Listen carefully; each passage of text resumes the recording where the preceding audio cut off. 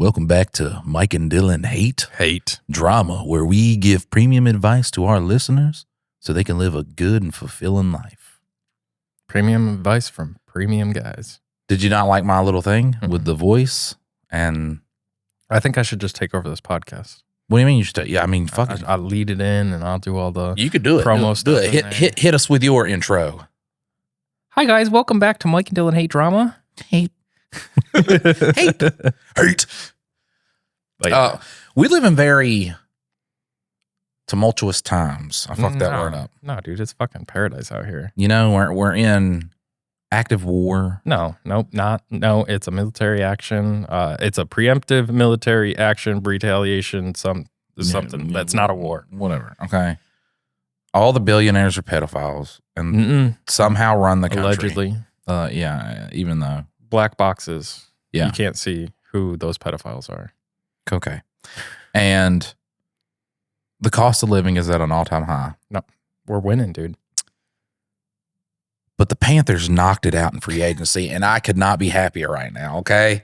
Look, if you guys are like, well, Mike, you and Dylan, you guys have a successful podcast and then another one. You guys should be golden right now. I mean, Mike, you got millions of followers on social media. Right now, IRL, real life, my bank account and checking account are at $0. Why is that? Because the bank's stupid. Stupid bank. We were talking about it right before the show, and Mike's like, they didn't even reach out to me or anything. And then I put two and two together. Mike's mailbox doesn't have a back on it, and the front door always stays open. And whenever I ride up, there's just like kind of mail around. And he's like, there's nothing important that comes through there. And then except bills and stuff like that. And the bank saying, hey, you need to kind of like pay this loan. Well, they got tired of me not, because I was just like, they didn't send me an email or nothing. Well, because you got a new strategy. You keep everything in savings, and then you pull money over to check in when you want to spend it, so you're more mindful about it. Right, yeah, and I don't spend money. And then, I've quit smoking. I now do the little nicotine pouches full time.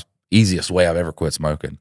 And what that cost you? That was like $13 for like a week and a half? Yeah, for 11 days. I did the math on it. Versus $9 a day every day. $9 a day every day. And then I go to the grocery store, or I go to the gas station. And then, I'm getting other stuff there while I'm at the gas station. Might a little bit of energy and then snacks. Yeah, I started doing caffeine tablets instead of Bang and all that stuff. I'll switch back to it if Bang ever sponsors us and gives us a whole bunch of Bang. But yeah, I do that. I keep everything in savings. So normally they take $25 out for this loan that I had kind of like a year or two ago. It was $750, and it's kind of like it's there for when you ever need to like withdraw money. But because like the house payment got behind, they were like, you can't take none of this. You're poor. Like you can't pay this back. We got all that stuff. The ship is starting to sail somewhat. You know what I'm saying? Yeah. Like we're on a course to fixing everything. And by not doing that, I wasn't paying the $25 a month that this loan is. Very little. They don't ask for much. And all of it goes towards the loan. Like none of it's like interest or anything like that. It's a very good, like good looking out from the bank type thing. But because I fucking didn't keep anything in check-ins, like they couldn't get the 25 out. But instead of sending like an email or calling, they just sent barbaric paper. Which probably you don't know. This is allegedly too, because I have no clue if they sent. I don't open mail. The only mail I ever opened was to get my fake ID out, because what the fuck did they send me? Have you seen new IDs? Is it vertical or no? The vertical is for like the underage kids. No, I wish I would have brought it, but I keep it at home in a lockbox so I don't fucking lose it again. But it's got like a flower glued onto it. My face is in like 4 different spots. When I do like this, my face then turns into November 1992. It's so fucking crazy. It looks so, I was holding this thing. I've never seen anything like this. And I'm like, what the fuck is this real? I had to Google if it was real or not. I thought the DMV done fucked me. I thought I went to a fake website and got a new ID. I mean, it works. But that's the only letter, because all the letters are sad. Like I don't open mail and I was like, this is a happy mail. Wow, look at this happy mail. Dude, I still get mail from like 3 owners ago at my house. Like it just comes and I'm like, I've sent back 100 times, like they don't live here, but I still get it. Let me tell you, Well, I could have kept talking while you were drinking, but yeah. Oh yeah, you could have, and that was a terrible. No. You just stopped talking while I drink this drink. What? I don't know. I'm crazy, dude. But when we bought our house, the guy who had just bought that house. He won the lottery. What? Yeah, he won the lottery. He had put in you see the cameras around my house. Like he had put in like $15,000 worth of security cameras and everything. There's the telephone pole in the backyard has like a warning thing on it. To the nines, wins the lottery. And it's like, all right, well, I'll move it to the beach. So we bought the house. He paid for all the closing, everything. Yeah, I think sellers usually do that, though. Super Chad guy. I mean, because he had just put in a bunch of new stuff. So we buy the house, and this is like right before the housing market collapsed too. So super lucky to buy a house. But we get letters, and my man's poor. My man's broke. He owes everybody. Oh, now? Yeah, owes everybody. Because I don't open my mail, but I do open his mail. You just confessed to a federal crime. They can't prove it, even though I confess. This is a satire podcast. But I don't open my mail. I always open because he's a lottery winner. Like, this is not even a crime. It's like investigative journalism. Nope. Yeah, that's what I'm going to say in a court of law. But yeah, we're doing a documentary on him, and we're breaking the law to do it. Because bro went poor quick. The girl that he was with, the lady, they're divorced, and it's just like he's having a tough go at it. So you're living vicariously of winning the lottery. Yeah, man, I think I got it bad. You know what I'm saying? Like, I was struggling financially. It was hard and everything. And, you know, when you're trying to make it, me and Dylan's about to make a movie. And now that we're making a movie, it's a little bit more classy that I'm poor. Because it's like, fuck, he's a struggling filmmaker. Like, that's from the bottom. That's a story you can get behind. When you say podcast, he's a struggling podcaster. It's like, well, just go fucking make some boxes, dog. Go get a job. What is a podcast? Like, anybody can do that. But it was really hard. And to find out that there was someone having a worse go than I was. And they had a bunch of money in their bank account at one point in time. And then but also, if you think about it, Mike, 4 years ago, winning the lottery would be in the same exact situation as that guy today. This Mike winning the lottery, I'd be good. I'd get a PlayStation. That's about it. You have PlayStation. Yeah, but so me and my daughter, we can't play ranked duos on Call of Duty. So we want to be able to do that. You need to get a second PlayStation. Yeah. Can you do it on a PS4 and PS5? Or does it both have to be PS5? I think you could do it on PS4, PS5. I have a PS4. You selling it?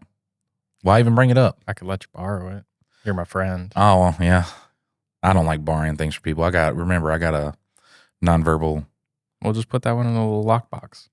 Oh, yeah. Put it in like a glass case and then the fans overheat. Glued down to the table. No, it could just be. I think somebody had suggested that before when you were mentioning that he likes to throw the PlayStation. You just go ahead and get the box that it sits in, but you can't get it out of the... Play the PlayStation is a crazy thing to say, too, because he just gets on the PlayStation and then he deletes every game and then downloads every game and then flicks through it so you could hear the opening songs of the game. Like, if you hover over a game, it'll like play like the Madden theme or something like that. And then you watch him sit there dance with his finger to the Madden theme. It's the cutest shit ever. But he doesn't actually play a game. You should get him the little DJ board like what we got my daughter. It's like just this little DJ thing, and she can make her own beats and sit there and scritch. It's fun. Yeah, it's pretty fun. I don't know if you play with it. Yeah, we need to get into some advice. We'll start this thing. That was a 9-minute intro. Mike and Dylan hate drama. Welcome back, bitches, to Mike and Dylan hate drama. I wish you guys could hear all of Mike's plagiarized theme songs. Every single theme song is just completely ripped. Everyone. What's the other one? Tramped Up Media. Oh yeah, Tramped Up Media. Yeah, don't you do you do the McDonald's one too.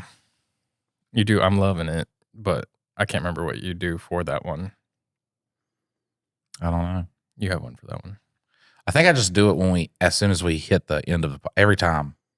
I'm like, ba ba ba ba ba, because he'll be like later, and then he'll hit before I finish my later. You always try to get that in there so that there's not a clean cut. So you're like later.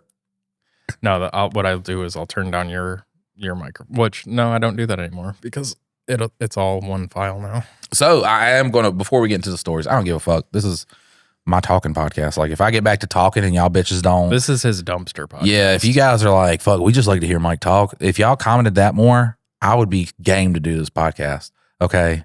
They do. That's what they say. Okay, well, whatever. So we have a script right now for the short that we are about to do.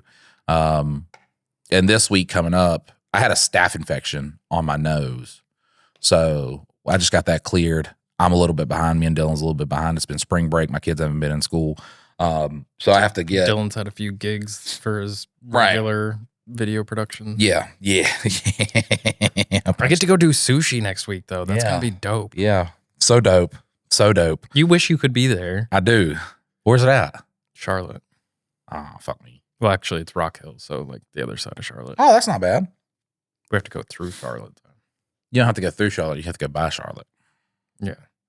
By all the big buildings. So a funny story, though, is that we went to that playground that is at the bridge as you're going into like Salisbury. It's off of 85. Beautiful playground. Has some trails, koi pond. Carp. Yeah, it's koi. It is a koi pond. Carp.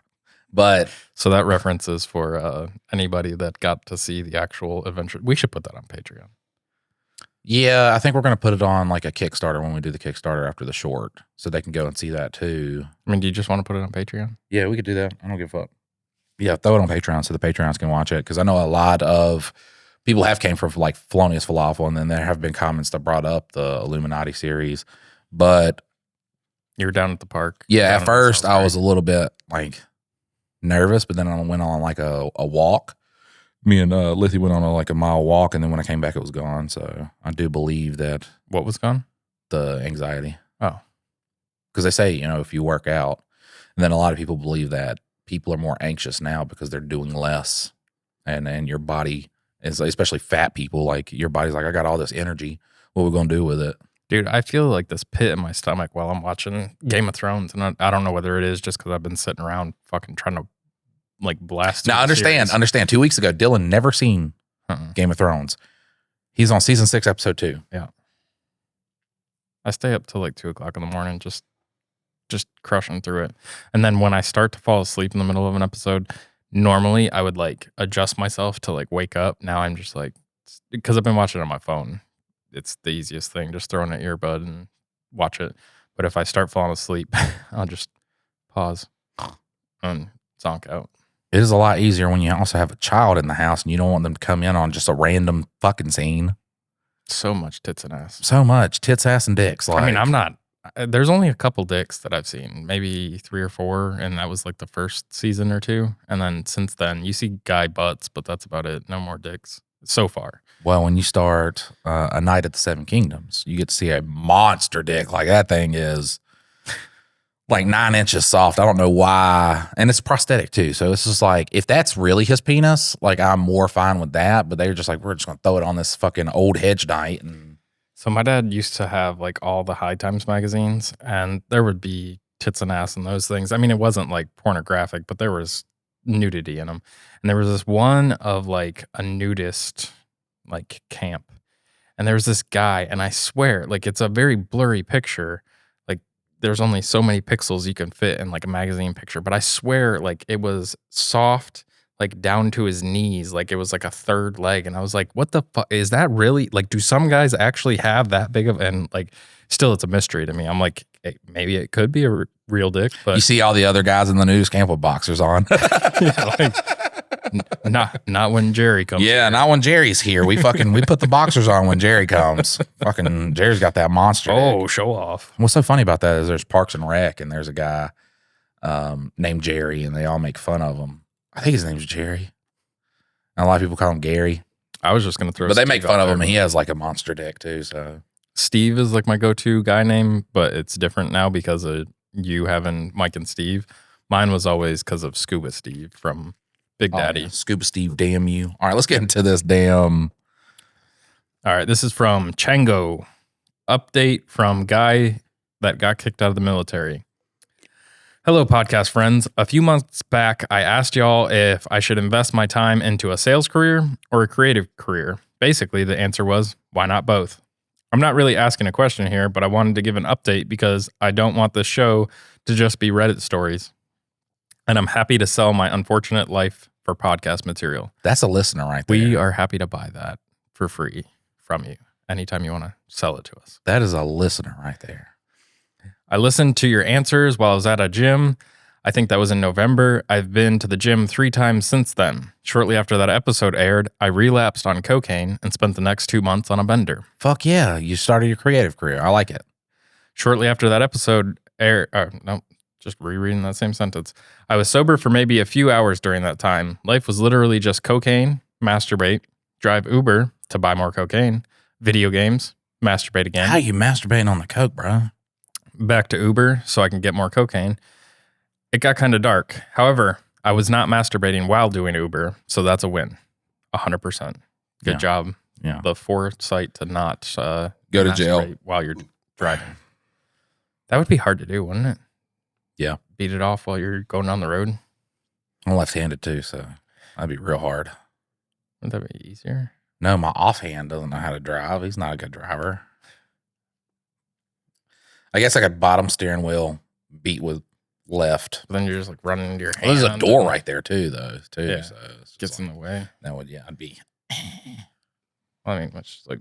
Yeah. Fucking Come on. 2 fingers, just like, yeah, pinch the skin. All right, so back at it. I live with my dad, so my only bill is my credit card, therapy, and insurance. I'm also really good at hiding when I'm high. My wife hated that, by the way. Hated what? When we first got together, when I would pee, I would pinch like the side of my skin to hold my dick at the toilet. That's just what I did. I did it when I was a little kid. So it just growing up. Grab the side of it? Yeah, just grab the side of it. Grab onto it? No, I don't. I never grabbed onto them. And my wife was just like, just grab the whole thing. Yeah, grab the whole thing and fucking point it down there. I was just like, nah, man, I just get a little bit of it and that's all I need to wield the beast. How did she, like, that's weird though. Cause like, I don't think my wife's ever like actively like seen, like she's been in there while I'm peeing, but she's not like, how do you hold that thing?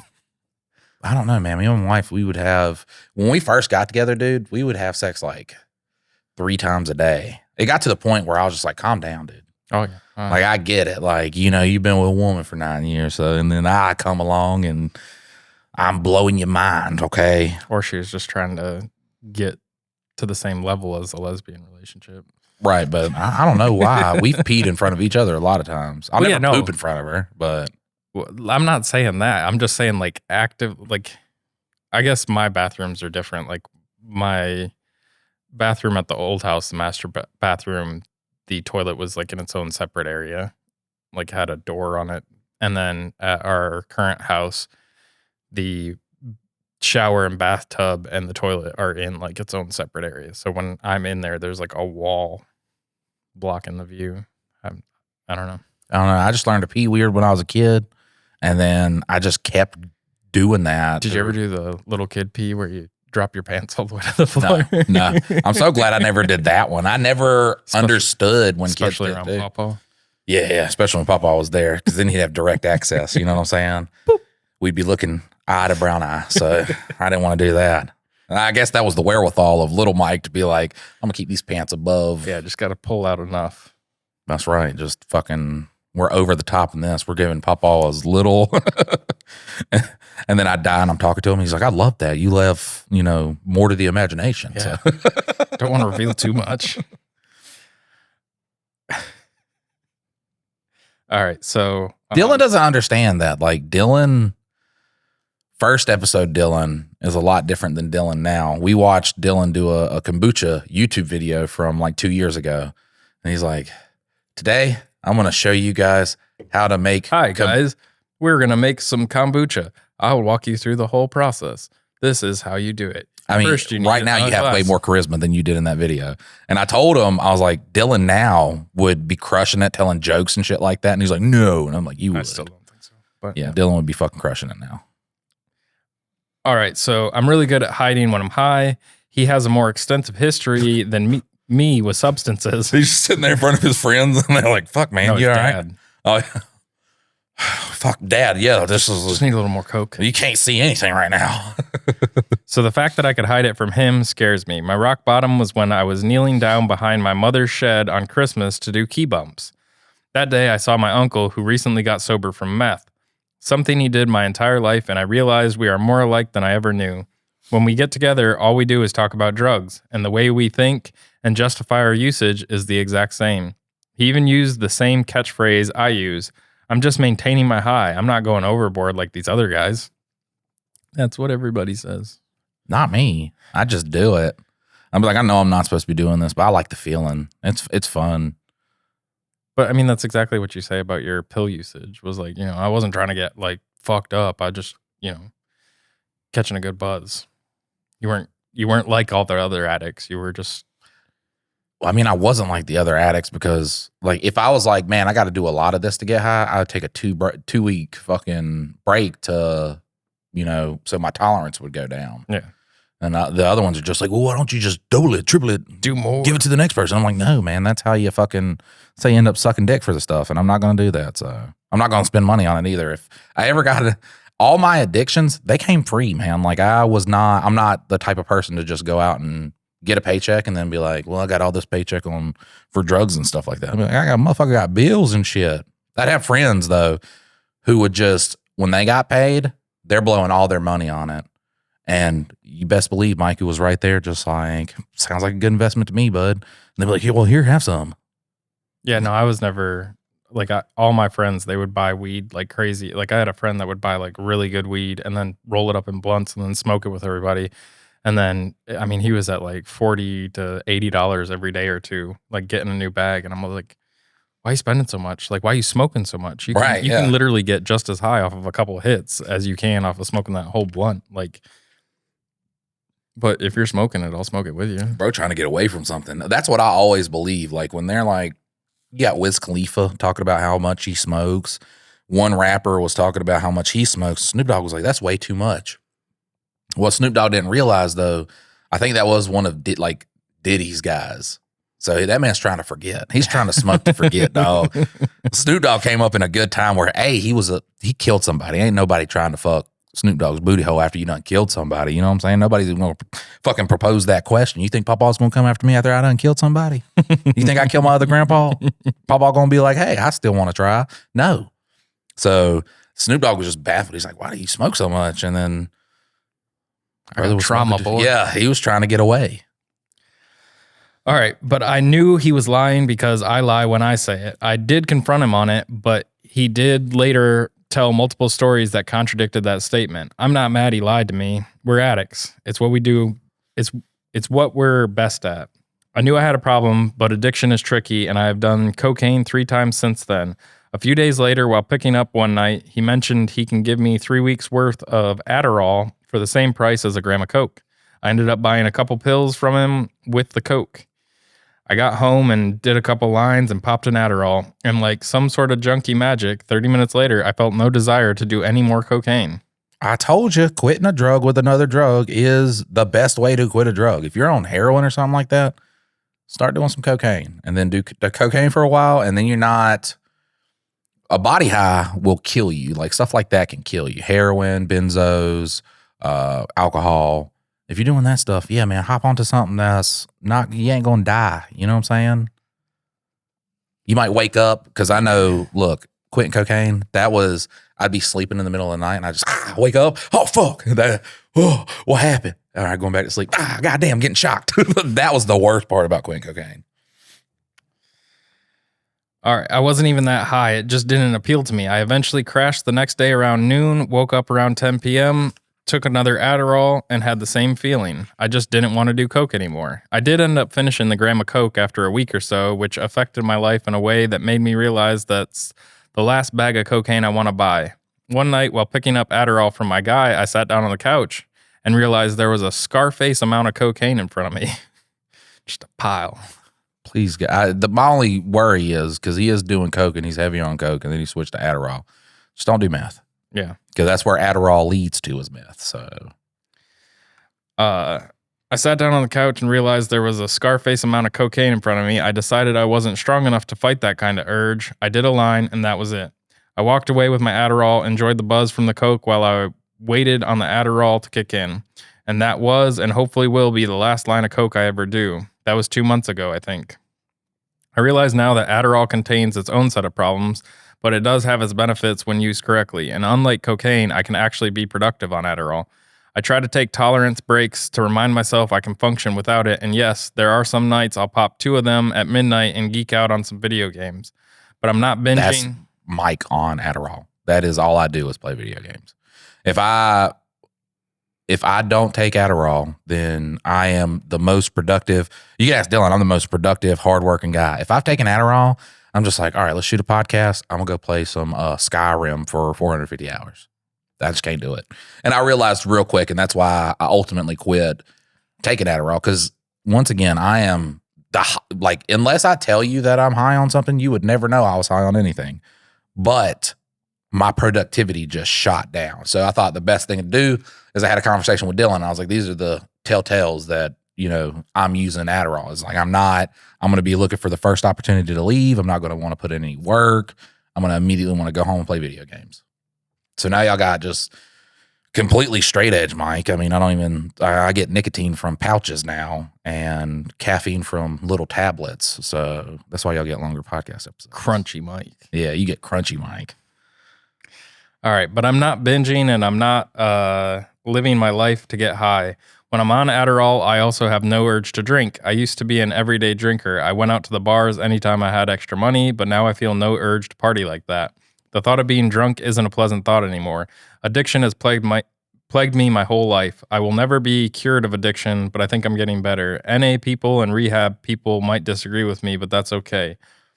Recovery is different for everyone, and stuff like weed, Adderall, and the occasional beer might be part of my life for a while. Moderation is key for me. I think that's the biggest thing, is not, if you can get out of the binge cycle of going too far, I mean, that's really what a normal like drug usage is not going to where it's a bad, like it's negatively impacting your life. There's plenty of people that drink every single day that live a completely productive life. There's plenty of people that do coke or, Adderall or even pain pills that if they can keep it in check, it's not good for them, but it's not detrimental. Right. And so really moderation, but you are flirting with something when you still have at least a option for some sort of buzz. Right. You can always take it too far. And that's the hard part about addiction. I am going to say just quit the Adderall. It's not. Now that you are on, I'm going to say, even with addicts, and you should be talking to somebody too, getting help and help with if you got close friends or just somebody, stop. I would cut out all the people that sell the drugs and shit in your life. That's going to make it infinitely easier not to use drugs. Because when I was prescribed Adderall, I would just be it's not really a problem. And then, I mean, there would be, because once again, I didn't spend any money on it, so I thought it'd be fine. But then when you sit back and you're like, oh, fuck, I took 200 milligrams of Adderall yesterday. That's a problem. That's a problem. And then, when I stopped getting prescribed Adderall, my wife would give it to me because it would just be 20 milligrams in a day. But still, that was my fucking, it just kept the stupid shit going. I was just not as productive and shit like that. So then I ultimately decided, I was like, I'm just going to cut all this out. Yeah, and I think it's those lessons. And I think Chango, I think he's getting to that point. It's you either have to hit fucking full on rock bottom, or you just have to become aware of the impacts that it's having. And yes, the Adderall, right now, it seems like it's a better option than Coke, which, is fine as long as you're not causing major health problems and all that stuff. But Mike's found with his usage of Adderall, there are still negatives that come alongside it. So you have to just watch out for those. And once you become aware of them, you can, work to cut the Adderall out and exactly what you said, find new people to hang out with, find people that don't do drugs, that are doing the things you want to do. My whole circle would look at me why, if I was just yeah, I took Adderall today. If you hang out with somebody and you're like, man, I took 2 Adderalls today, and they're like, oh, You got any more? Or they're just like, oh, fuck yeah, I did this today. That's not people to hang out with. You want people that look down on you on your bad decisions. And now I've surrounded myself with a bunch of, and it's not even, when I was in a factory, 12 hours, 7 days a week, nobody could guess that there was a problem because I'd go in, I'd do my duty, and then I'd leave. I'd be so tired and fucking pass out and shit like that. You said duty. Yeah, duty. But then, when you switch to this like more creative role and then you're spending hours on a video game instead of hours editing videos, getting ahead, doing what you're supposed to do, there's just a certain point where, I was, fighting for all this stuff. And I'm just like, I don't think there's anything wrong with trying to live my dream. There is something wrong trying to live your dream and not doing it at the best of your abilities. And that ultimately I was behind because of my actions. So when I realized it was all that stuff, then I started looking at, well, what the fuck am I doing that's, fucking me up on this? Well, when I sat down there and I played 8 hours of Skyrim, or I played, 10 hours of Call of Duty with my daughter. The cool that you're hanging out with your daughter and everything like that. But at some point you do have to be a man and do some fucking work and get your shit done. Well, and there's nothing wrong with the video game. Once again, it's the moderation. Right. 2 hours is one thing. Like, yeah, you can block in 2 hours and you haven't really taken away a big chunk of your day. But if you're burning the whole day, honestly, it's like me going through Game of Thrones right now. Like, what am I doing? Like, and I'm an addict for stories. When I get into, I watch Breaking Bad in like 2 or 3 weeks too. And like once I get into it, even though I've seen it and I know all that's gonna happen, like I want to see that next episode. And it is another addiction. That's when I gave up watching football. Like when I think it was 2020, I was trying to get my business off the ground and I was taking every Sunday to watch the game and then like building my life around that and then, watching clips during the week and different random shit to try and keep up with what was going on. And I was like, okay, this day you could have spent doing work, like editing, because I was working a full-time job and doing my video business. I was like, I only have so much time to spend time with my wife, spend time with my kids. And then I've got my full-time job and I've got my side hustle. And then I'm wasting a whole day trying to watch football. Like, why do that? And so At that point, I just decided that football could get cut out and my life would not be hugely impacted. So I just stopped watching and haven't picked it back up. I think I had my best, every time it's just like I'm like, this is the best day ever. So yesterday we went to that park and then me and my daughter, we played volleyball for like 45 minutes, which was tough. I was destroyed. I was out of breath. I thought I was going to die multiple times. And she's like, you can't, let's play another hour. And I'm like, you're not going for the ball. I'm running, I'm diving. We did, these 2 girls wanted to play with us. So they came and played and I'm out there fucking, I look like an Olympic volleyball player, just jumping over the net, spiking in and shit. They're probably like, around my daughter's age. But she's like, the ball will land right next to her. She won't even go. I'm like, I'm out here playing the game. You're talking about you want to play volleyball. There, you can't play volleyball and just stand in one spot and let that ball, your teammates are going to be upset. I'm just working on different volleyball stuff. Then me and my son, we watched the Angry Birds movie. And then me and Theo just did like this. He's the nonverbal autistic one. But he would just do this thing. He would come up and I started this like tickling thing. It's like, here comes a monster that likes to eat hawks. Where are the hawks? So I found out if he's in a different room, I can get him to come into that room just by singing that song. So that's what we kept doing. And then he would jump up and then he goes, necky, necky, necky. So I tickle his neck. And it was just, man, it was like, as I was laying down, because then the kids were like, let's have a sleepover in the living room. And I was like, okay. And then they fall asleep. And I was like, man, I think I just had the best day ever. And it involved no video games. So, and did it involve you taking any breaks to go out and smoke?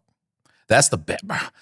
I feel so liberated, dude, because I could just do anything. Like after this podcast, I could just sit down and record another podcast. I don't have to go outside and smoke.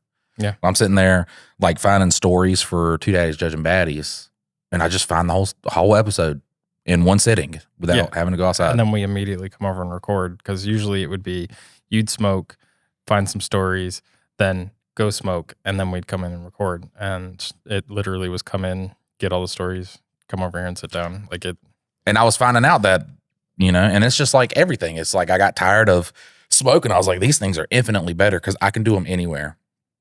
And it's kind of like the vape thing, except for these, they're not safe. Like you would be better off not doing them. Yeah. Absolutely. They're infinitely more safe than smoking cigarettes and less detrimental to your cardio and everything like that. And, you know, now I'm, you know, working out and walking and shit like that, trying to be more active and be able to, you know, play with my kids outside longer.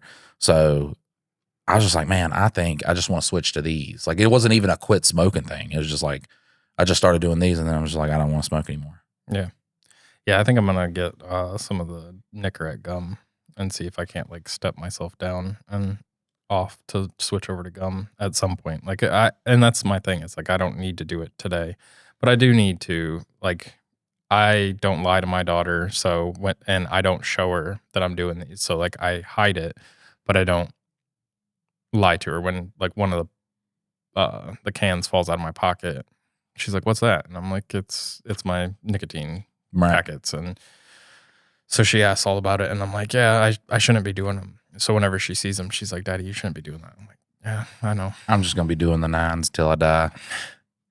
I don't know. I would like to be free of an addiction, and that's what I'm gonna try and build towards. I fucked up and got they have lozenges, and I thought that it'd just be like a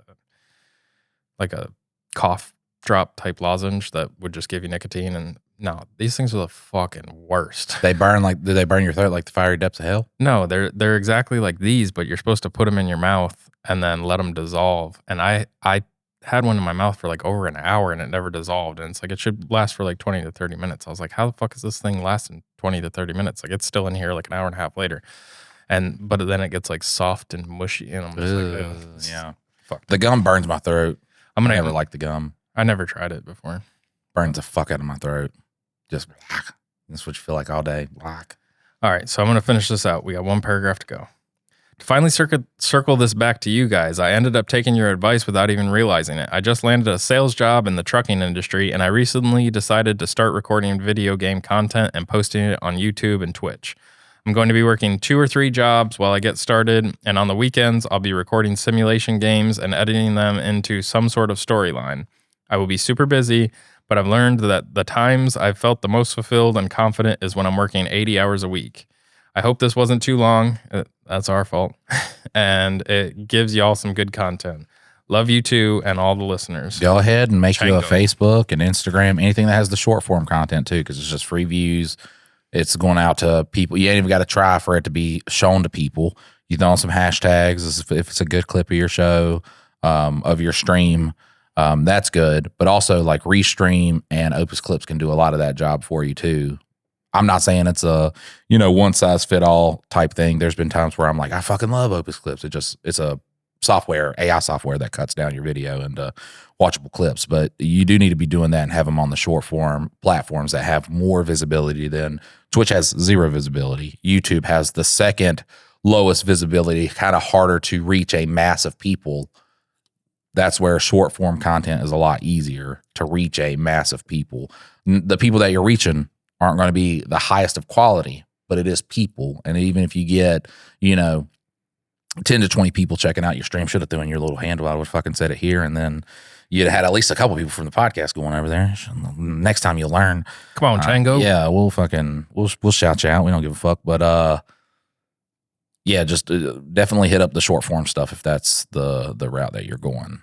Well, yeah, you take your full one and throw it through Opus Clips, and it'll come up with a bunch of clips. And then, especially if you're doing YouTube, you can do a short to a long. And I mean, just more. Unless you're wanting to don't have the shorts on the same page that you have your long videos. You have a long video page, and then you have a short video page. Yeah, I don't know that I still buy into that. I definitely buy Every single big creator does it. Like they have shorts and longs, and they link to the long in the short. Every single big page. I wish you could link a short to a different pages. Yeah, that would be the best, so that you could have those two separate. But like, if you're doing a short page and then you're doing a long page, they don't automatically message convert. YouTube about that and be like, hey guys, we need this. We need this. It's not going to be hard for y'all to implement. So just fucking do it. God. Now, after a We're cocaine gonna give story. them a 2-hour Mike and Dylan hate drama. I don't give a fuck. They're just gonna get one. I told y'all, more productive Mike. So obviously, after doing a story about cocaine, it's nice to have a little dessert of. This is from Chuckster the Greatest, and it's the first time I did coke. Yeah, we kind of walked ourselves into that one. Hey, fuck it. Listening to episode 87 where everyone is talking about how y'all lost your coke virginity. I don't know what's wrong with 17-year-old me, but I was desperate to try the good old yayo.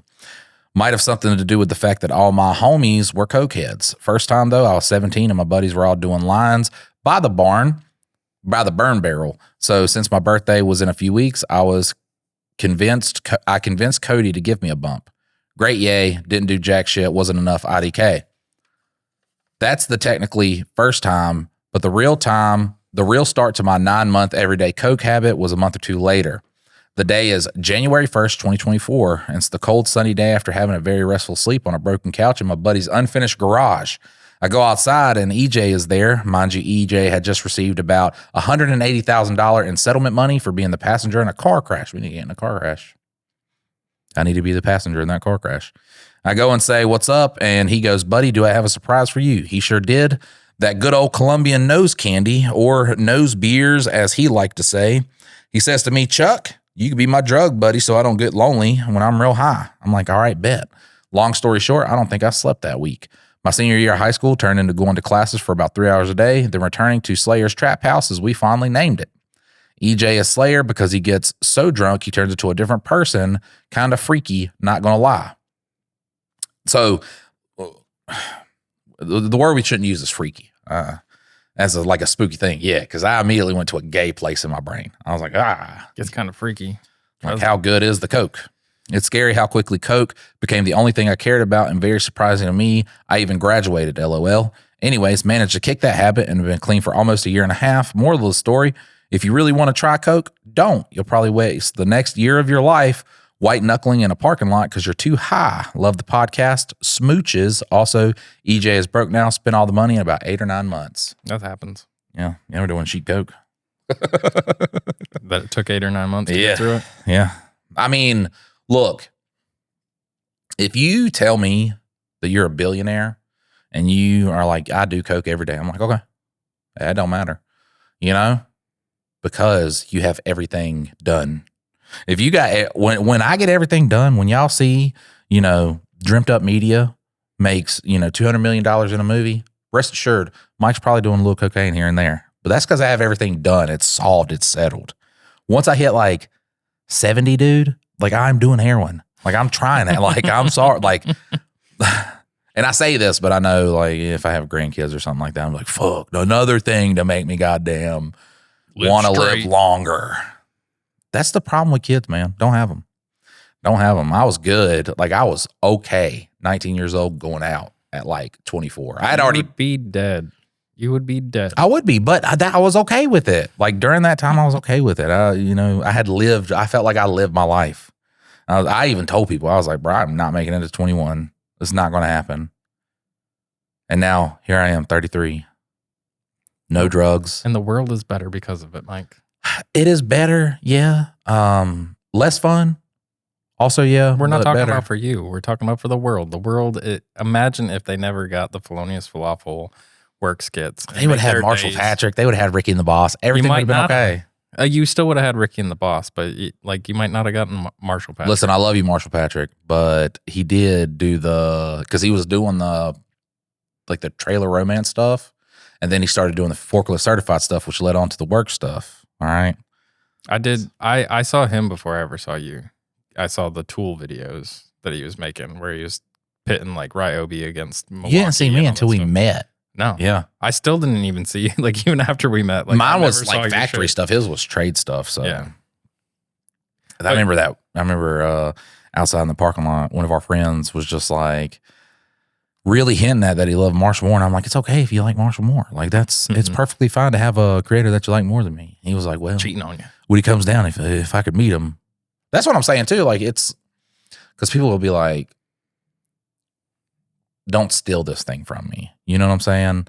And I'm just like, if I put a funny joke out there that spawns somebody else's whole series of funny jokes, I don't give a fuck about that. That's the whole thing is it's I think it's Austin Kleon, wrote a book. It's Steal Like an Artist, and there's no such thing as like a fully original idea concept. You're always mixing things together, creating a new recipe. Like nobody's baking a new bread without influence from another recipe. Like, and the same thing with jokes and all that. Even, Dave Chappelle is still to this day using all that he's learned from other comics to make something better and new. Like Eminem, the way that he raps isn't just Eminem is like a virtuoso. Like he is great, but all the influences that made him is what he's working off of to create the newest thing that he's doing. So yeah, like, and I don't mean that Marshall Patrick wouldn't exist, but like there probably is some sort of work creator out there that you were the person that they're like, well, I want to kind of do what he's doing. And there is somebody out there that was inspired by Flonase Falafel. That makes my titties moist, man. Yeah. Think about that. What, you milk a little? Yeah, I milked a little bit. Yeah. People are just like, when are you going to do new work skits? Because people will look on Facebook and they'll be like, this is the best video ever. And then some people will be like, this is a repost, but I love it. I love it. Everything's a repost now from Felonious Falafel. It's just, I did literally thousands of work videos. I don't have any more work videos in me. Well, a lot of them are repeats, just redone, the same exact concept. If there's a situation at work, I have covered it. I've covered it. If someone could be like, well, what if my supervisor molested me? I'm like, I already have a video for that. There's actually 5 of those in this. Yeah. There's 5 different flavors of it. And there's one where I molest him back. Like, yeah, I think it'd be good to, revamp some at some future point for just shits and giggles. But yeah, as it stands right now, like you're not dying to create. There's not 100 ideas of new work skits that you're like, ooh. I mean, me and Marshall were we were planning on doing the, like it was a movie based off of like we worked together. I forgot it was like Mike and Marshall Keys to the Kingdom or something like that. Or I'd accidentally left the work keys at work for the key for the machine at work. No, we had to go back. No, you took it home with you. I took it home with me. Yeah. And we have to get it back to work, but then a whole bunch of shit happens. I'm not going to go into that just in case it ever does happen in the future. But I think that's where I was wanting to go, where a lot of creators are just like, I'm happy in creating and stuff like that. I had started, doing stand up and then, writing little screenplays and shit like that, and then did social media stuff. So even though I was doing the social media stuff and found a lot of success for that, it wasn't like it was my big love and the other things that I wanted to do. Well, I think when it's lucrative and I think this is something that a lot of creators are falling on right now, is that the gold rush of it, where you could actually make a decent living, has kind of dried up. And can you still somehow make money off of it? Yes, but it's not the way it used to be. Because like you used to, I remember when you were doing the work skits, you'd be like, oh, I got to record a video real quick. And 30 seconds later, it's going back. Within like a minute, because you kept them mostly around a minute. Within a minute, you were done with the video, and then you'd post it. And that was your work for the day, ultimately. And that was paying your bills at one point. And then now, if you tried that same tactic, it might work, it might not. And so and especially with a guy like Marshall Patrick, is he goes to the nines. Like he prints up these shirts and puts like names on them, and then he'll come up with a full character and then go out there and record like 5 different characters all himself and put this video together. And I've seen some really great comedy that he's done. Crickets. Yep. And so you put all that blood, sweat, and tears in there and buy all the props and do all the things, and it go nowhere. It de-incentivizes you to go that extra mile. So, we've always been on the idea that we've wanted to do stuff like we started doing the Adventures of Clever Sykes and Peter Basket, and then had to regress because it was like, these are things you have to build upon. And then we were like, well, what if we took it into like the film direction? Then we can go to the nines and doing something, and then it be received because we put in like the marketing and stuff behind it.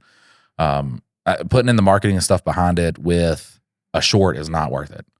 Like, it's just not worth it. The what becomes of that is not going to be nearly what becomes of a movie, a short film, or anything like that gets the same amount of views as the short does. So, we do have the script for what we're doing. Our first big project together. Our first like legit outing. Yeah. Because we're able to plan it and do the pre-production to make sure everything's in order.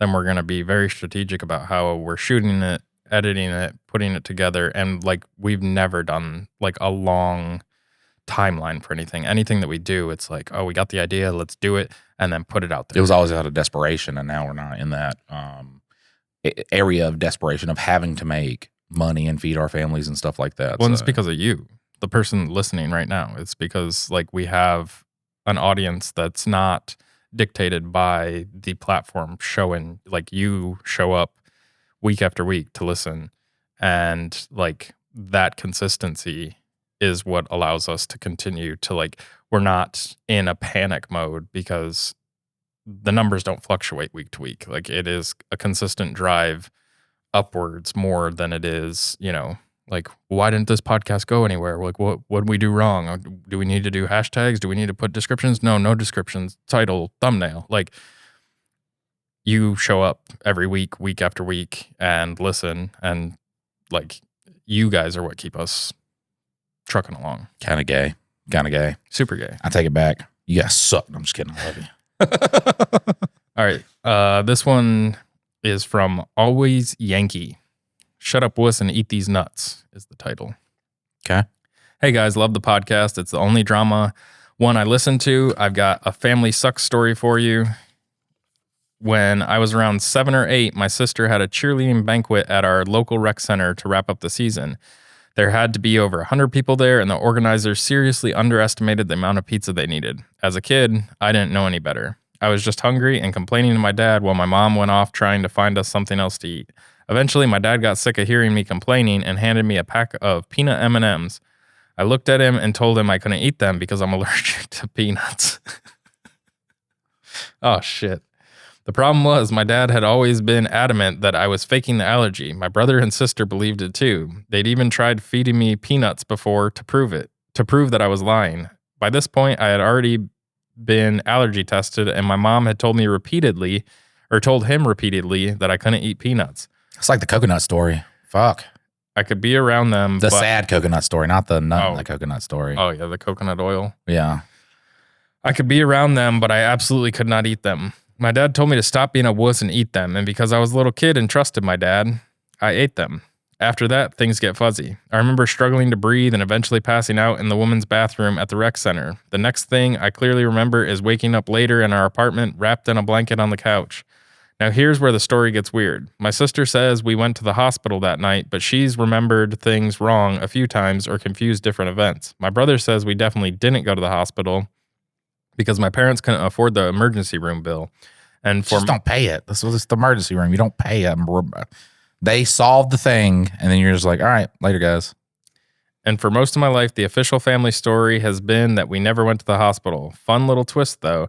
Now that my dad is older, he's developed an allergy to peanuts and tree nuts. And I'll give him some peanut M&Ms. And I'll admit, the petty part of me has occasionally thought about force-feeding him a handful of peanuts just to see how he likes it. He's old and weak now, so it wouldn't even be hard. Fortunately, my wife is a better person than I am and regularly reminds me that the orange jumpsuit probably isn't worth it. Anyway, that's one of my many My Family Sucks stories. Once I get the others typed up, I'll send those in too. We can't wait. Thanks, Always Yankee. We can't wait. How is that though? Like, I don't know. I couldn't be that dad. Like, oh, you wuss, just eat the fucking peanut. Like, how are you not there to know that your kid is allergic to peanuts? Like, you had him go to the doctor. You know that they did tests. And you're just like, nah, they're fucking fake. You just eat these peanuts. I remember my brother's dad, he would tell me, this is back when I still thought he was my dad, but he would be like, you know, I think the only reason your brother says he's gay is to upset me. It's all about you, Dad. Right, yeah. It's always been about you. I'm like, he's out there fucking dudes. Like, that's a crazy length to go to upset a parent. He's committed to the lie. Right, yeah, he's really committed to it. I was like, I think he's gay, man. He might kind of enjoy it. Yeah, he seems happy too. So, I mean, unless, you know, making you mad is a very cathartic thing, which... That's what he gets off on, actually, is making Dad mad. I don't fucking care about the guy. It's just like, I showed you the other week where he had posted the pictures and was like, I miss these days. what days? Like, you took pictures with us and then you fucking left and then we never saw you again. Like, you were in control of, getting more of those days or not. It wasn't, we were blowing up your phone to come see us. Never once did you blow up our phone to come, see us. So it's just, it pisses me off. Don't claim you raised me. Because then, fucking, he'll talk about how, he raised each and every one of us. You were not any part of anything that I've ever done. You were a disappointment. Like, that's what you were throughout the whole time of like, he was a disappointment to you guys. Right. Like, your guys' reason for feeling like for like shit. crying and shit like that. I mean, technically, in a little bit of a sense, you are like a reason where I was just like, I'm gonna become something one day. It's like the Johnny Cash, Boy Named Sue situation. Just don't, like, at least own up to it. Just be like, I wasn't there. I'm really glad of the success you had. Don't be like, that's because of me. That's because of how I raised them. Tough love, I guess. So this is from Thomas McCrae. Did we give last story advice on his shitty family? I mean, I know it was just like a shitty story, but I think he should feed him the peanuts. No, yeah, like, I don't think they were asking for advice. They were just telling the story about how feed him the peanuts. That's my advice. There you go. Feed him the peanuts. Essentially that's what I did with my dad, though. Like, he still wants me to come around and visit, even though he knows that I know that he's not my dad. And I'm just not coming around to visit. Because that's what he did when I was a kid. We should just do a punked. like set it up that you're gonna go and hang out with him, and then have all the cameras there, and then you just never show invite him up. to like a carnival. Like, I'm gonna take you to the carnival. You go wait outside that carnival. He's just sad kicking rocks there. Where's he at? He can't kick rocks. He's too fat to stand. But does he ride around in a wheelchair? Yeah, like, he does. Mobility? Fuck yeah. Man, like, I remember I was like 17 years old. I went to Walmart and I saw him there, and the way he got my attention was he was going beep, beep, beep, beep, beep, beep. And I didn't turn around for a minute because I just thought it was any regular fat person in Walmart using one of those chairs. And then finally I turned around because I'm like, why the fuck will they not quit? And I saw it was him. And then he just zoomed over about 2 miles an hour to you. Yeah. It's actually a really funny story, though, because he was looking for Tang. And he was like, I could not find any Tang. Where can a man go to get some Tang around here? And I'm just like, fuck, just lower your voice. God damn. Fuck, lower your voice. You realize that's innuendo or something, right? It's an innuendo for punene, for some vaginal stuff. Poontang. But yeah, that's what I should do that. And just be like, I'm gonna take you to a, because that's what he did for my birthday. And just be like, I'm gonna take you to a carnival and we're gonna ride rides. And I mean, whatever ride can support you. We need to get one of those YouTubers that goes up to people and asks them questions. And then, so you don't show up, but this YouTuber does, and be like, hey, what you doing? Oh, you're here to meet your son? Oh, he's not showing up. Yeah. And then just. All right. So this is from Thomas McCrae, forklift or not to forklift. Hey guys, I watch your Facebook reels about the boss asking you to do things every week. Very funny. Well, I'm an temp at a large company in New Hampshire and am paid $18 an hour. Well, the bosses asked about if I could be trained on the forklifts and ride on pallet jacks. Is it forklifts or pallet jacks? Both. I thought about it and said to him, I hate heights and forklifts, and ride on jacks will freak me the hell out. I think he's talking about like an aerial lift. Yeah, that's like a cherry picker. Cherry picker. Yeah. Yeah. They said, well, okay, but you will be stuck over here doing what you're doing now. I said, that would be okay with me. Well, that wasn't totally the real reason. I'm a temp, and if they train me on the lifts and ride on the jacks, my pay is still the same. So I won that one. Tom from New Hampshire. Got him. Okay. Snarked, I guess. Yeah, fuck it. I ain't doing more work. I think it is crazy when you take on more responsibility at work and they're just like, yep, same pay. Yeah. It's like, oh, wait, so I could literally damage a bunch of shit with this new machine. Well, then you're fired. Yeah. They want you to take on everything for the same pay and not fuck up. If you fuck up, they're not going to be like, well, this guy took on more work for the same amount of pay. It's like, no, you couldn't handle it, and then you fuck stuff up, so you're fired. That was a short one. This one's from Drake. Yeah. Yeah, from Drake. Says, I think I might be the asshole. I'm 29 and divorced male, seeing a woman who is 25. She is great to me and even helps me clean up around the house. I've been laid off from a union factory job, and sometimes I don't want to be around people. She pushes and almost gets angry if I don't make plans to spend time with her. Am I wrong for wanting time to myself? Sure. Oh, he's wrong for wanting alone time? I mean, I don't know how much. Like, I think if a woman's like pushing to see you, she don't get to see you that much. It's like, how much alone time do you want with yourself? Well, he's unemployed now, so yeah. I mean, you should be getting plenty of time alone with yourself. Yeah, I don't know, I'm gonna read another one, man. Them were so Jesus short. Christ. Them were so short. All of them. I got the shorty ones, man. Well, and you just give your. Here's what you do. advice, and Okay, you don't let me give my advice. start a Roth IRA and save some money. I don't like. I guess when I was in like a new relationship, I wanted to hang out with the girl too because we were going to do a lot of fun activities. Fucking. Yes. And what better thing did I have on my agenda than just some You want to ride some roller coasters? You won't be balls deep in a pussy. and like Everybody- adventurous. Like you're gonna do some wild shit while you're like, ooh, yeah, this is new, fresh, and like, that's when you get butt stuff. Like, life has not gotten in the way. She's gonna go down on you. You're gonna go down on her. Like there's gonna be, and you got all the time in the world. You're a divorced man with no job. and you got a chick that's wanting to spend time with you. Like, yeah, she'll cook you dinner and fuck you. Like what? Skyrim is really fun, though. Not that fun. It is. It's fun. I liked so in Game of Thrones, it was when Cersei, not Cersei, fucking the Dragon Queen, whatever. I don't know her name. Targaryen, whatever. Mhm. Lisa. Huh? Lisa. Lisa? Yeah. It's always a D. Daenerys Targaryen. There you go. Daenerys. Daenerys. You say Danny. But she gets captured by the other. Dothraki. Yeah. Mhm. And he's like, I'm going to see you naked tonight. And he's like, this is the best thing is to see a new, beautiful woman naked for the first time. And then the other guys are like, well, there's also like breaking a horse in and there's, conquering this other thing. And he's like, okay, it's top 5. But it was just such a funny, like weird ass interaction going on because like they were talking about seeing a naked woman. And then these guys are just like, well, these other things are more fun than seeing a naked they're woman. all right. Yeah. Yeah. Nah. Fucking will always be the funnest. Yes. 100%. All right. So name whatever you want. Title, oh my God, sheep. Name them. What's their name?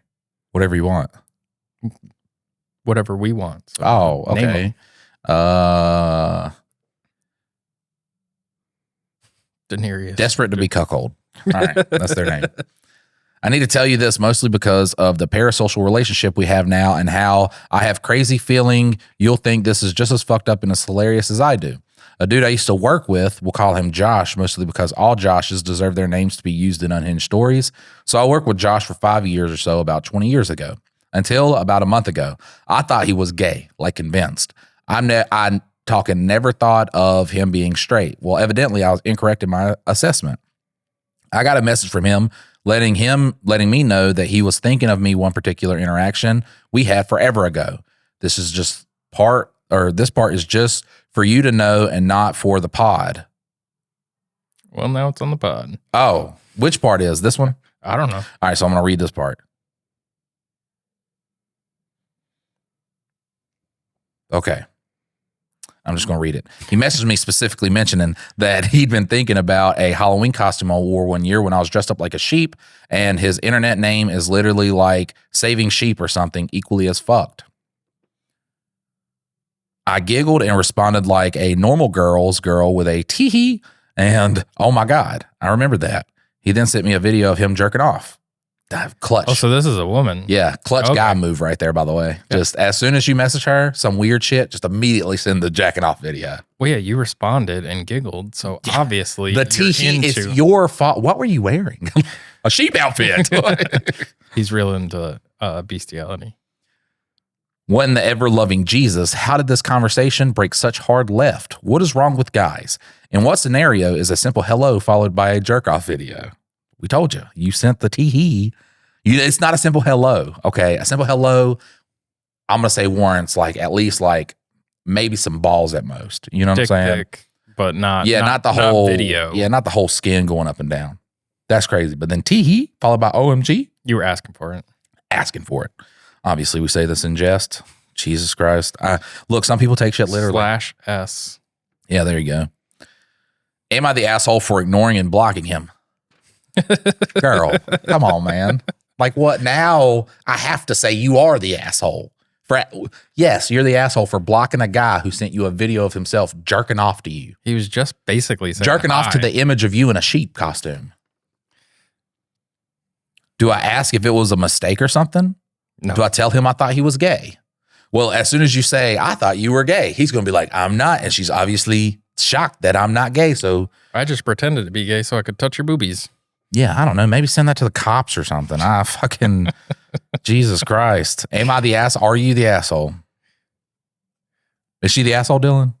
100%. Because, you showed that you were interested in him by simply responding anything at all to him. Like that is all a guy needs to know, that you are interested and want that dick video.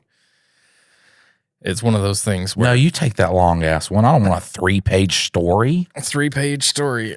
Well, I was trying to mix them up because JB sent in 3 stories, and then we got a couple Ricky. See, there's a JB. All right, we're just going to do a 1 JB and 1 Ricky, and then we'll save the other JB and Ricky for the next episode. Yeah, JB sent in 3 back to back to back. Yeah, JB, you only get 1 per episode. Yeah, per episode. All right, I'm doing a 3-pager. Daniel Danielson. Who's this from? Daniel Danielson. Oh, okay. I'm keeping a life-altering secret.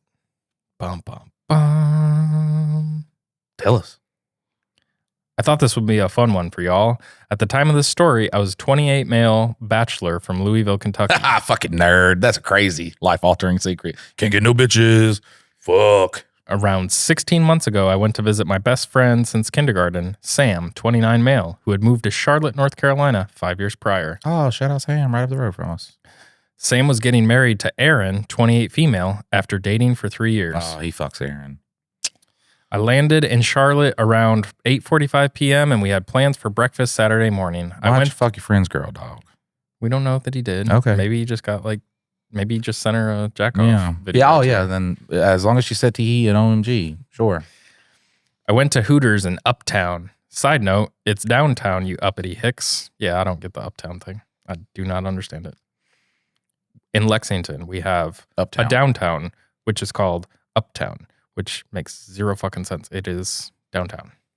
Because downtown, it signifies, that's what tech dorks started. You know what I'm saying? Because downtown refers to something going downward. You call it uptown for the perception that everything's going up. Well, the funny thing is all the signs that lead to Uptown Lexington point downward say downtown Lexington. The signs literally say downtown Lexington, but then as soon as you get in Lexington, it's like Uptown District. And it's like, no. And Lexington is too small to have districts. It's literally just downtown. But we have Uptown, and then we've got Depot District, and I think there might be one other one, and it's like, no, it's just all Lexington. Yeah, uppity hicks is 100% correct. Dylan just took a sip of Bang. Thanks for the narration. All right. While I'm at Hooters, I see this beautiful brown curly-haired woman across the bar. We immediately locked eyes, and I play it cool and just give her a smile and a head nod. That's Erin. By this time, I've been there for an hour, and the bartender was chatting me up. The bartender comes over and says, "Hey, my girl over there can't stop talking about you." I say, "Well, tell her to come over and talk to me." She makes her way over, and we talk and laugh for another 2 hours. I tell her I'm visiting my childhood buddy for the weekend. She suggests that we go back to my hotel and chill because she doesn't feel like being out anymore, but also doesn't feel like going home yet. I jokingly, but also sincerely say, "You're not setting me up, are you?" She looks and says yes. Then she starts laughing. I wasn't too worried because I do carry wherever I go, even when I fly. We walked back to my hotel, and yeah, what we all hoped would happen in this situation happened. While doing doggy, I pulled her hands behind her and saw a tattoo on her wrist. It was a heart with a small date beneath it. I almost went soft. You know that moment when you're banging a girl from behind and she has a memorial tattoo on her back and it's just staring back at you the whole time? Of course, I didn't. If somebody got a tramp stamp, power move, nut on it. Of course, I didn't stop because she was amazing. I was going to let her stay the night, but around 2 a.m. she gets dressed and says she must leave. Before she leaves, I ask her about the tattoo. She says it's for her late husband who died 2 years ago. I just say, oh. Then, like a little puppy dog, I say, will I see you again this weekend? She says, we'll see, and leaves. I texted Sam and said, man, Charlotte is already showing me love. The next morning, I get to Sam's house and we give each other a huge bro hug because it's been 4 years since we've seen each other. We walk to the kitchen so I can meet Erin. Wonder who she is. Erin is black-haired, nerdy-looking girl, but she's one of those nerds who has potential. She could be a solid 9 if she dresses differently and wears contacts. When she sees me, her eyes get wide as fuck. She quickly snaps out of it, and I guess Sam didn't see it because he didn't really say anything. She reaches in for a hug, and I catch a glance of a tattoo on her right wrist. She sees me looking at her wrist to see the tattoo, and she puts her hands in her pockets. Not suspicious because Sam did make a joke that I was a Bible thumper, so maybe she thought I would judge her. She was acting weird all day, kind of standoffish. Later that day, Sam and I were watching the basketball game when Erin got up to go to the kitchen to get some chips. I asked her if she could bring me a beer. When she came back and handed me the beer, I saw it. The fucking tattoo. The heart and the same date. My heart dropped and I yelled, fuck. Coincidentally, a pivotal free throw had just been missed in the game. Sam looked over with a concerned look and said, are you gambling again? Yes, I used to have a gambling problem and I lost the 1970 Dodge Challenger I inherited from my dad and almost lost my home. I quickly responded to him and said, no, I'm just into the game. He pressed the issue a bit, but finally backed off. Erin snatched her hand back and made up some story about needing to go upstairs. I was pissed because I couldn't talk to her about it, but damn it, I slept with my best friend's, practically my brother, soon-to-be wife. A lot was going through my head. This is not your problem. Right. Like, you fucked a random girl from a Hooters. You can't be responsible to know that that's his girl. And like, she was going to fuck some random dude anyway. It just so happened to be you, but you are not guilty in this scenario. Had you met her and then fucked her, you'd be like, that would be fucked Right. up. But like, you should let your boy know, like, immediately. Right. Well, we know he's keeping a life-altering secret, so he's just going to let his boy marry her. That's fucked up. Right. A lot was going through my head. How do I tell him it was an accident? Was she actually married 2 years ago while dating Sam? The worst thing is, I loved the sex. I know you're probably thinking, how is it possible I didn't know what Erin looked like? Sam and I aren't active on social media. My last post on IG was from 2023, and he doesn't even have social media. We talk almost every week, but I've only said hi to Erin over the phone a couple of times. The only photo I've seen of Erin was from their first date when she was about 30 pounds heavier and with makeup. Long story short, I've never seen the damn woman. I never saw her again the whole trip because she was working Saturday night, then went to her mom's in Asheville. Bullshit. Probably wasn't going to her mom's. Yeah, she was getting wore out by another guy. Yeah, she said, he said, BS. She probably was cheating on Sam again. Here's the part that is killing me inside. 4 months later, Sam calls me damn near in tears saying they're having a baby. Nice. Yep, she is 4 months pregnant. There is a possibility that it's Sam's because he was talking about the great sex they had that morning I came over for breakfast. I also used protection. I tested the condom by pouring What?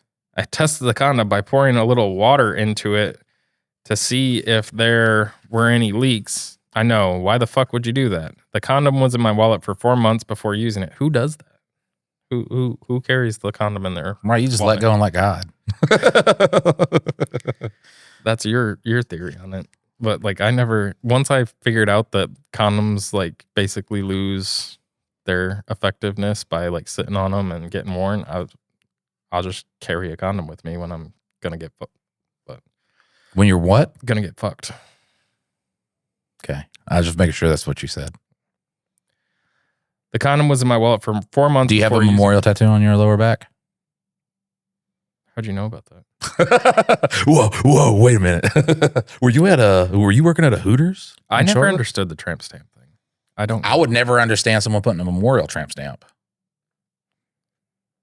But like a tramp stamp in general. Like I just never understood the lower back tattoos. I know it was a thing, like especially in the early 2000s. Like when honestly, the tramp stamps I see are on beastly bitches. That's the only people I see with tramp stamps. So they probably got them when they were little and cute, but And then they just fucking morphed into a monster. We'll see that you get a better deal then. You pay for a tattoo this big, and then as you get bigger, it just gets... So paid for a whole back piece for the price of there you go. And they're just trying to expand their dollar. Yeah, it's an investment. Yeah. All right. So did you pour the water in there before fucking her or after fucking her? It had to be before. That's weird. Like there's lubrication and shit on that. Like why? Maybe he just poured it over the pack. I don't fucking know. I don't know. We're just gonna accept the story as real.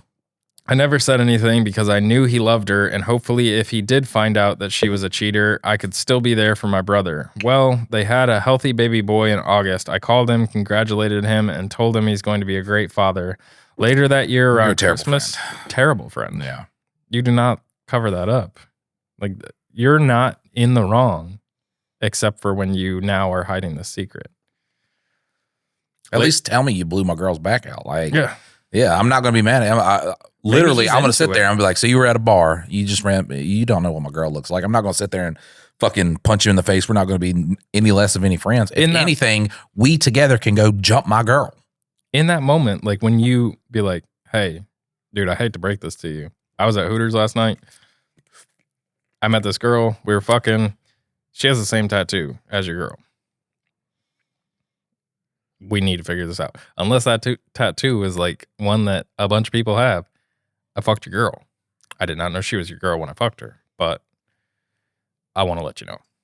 Yeah. That was kind of a bitch move. Yeah, now they got a kid together and everything. Danielson. All right.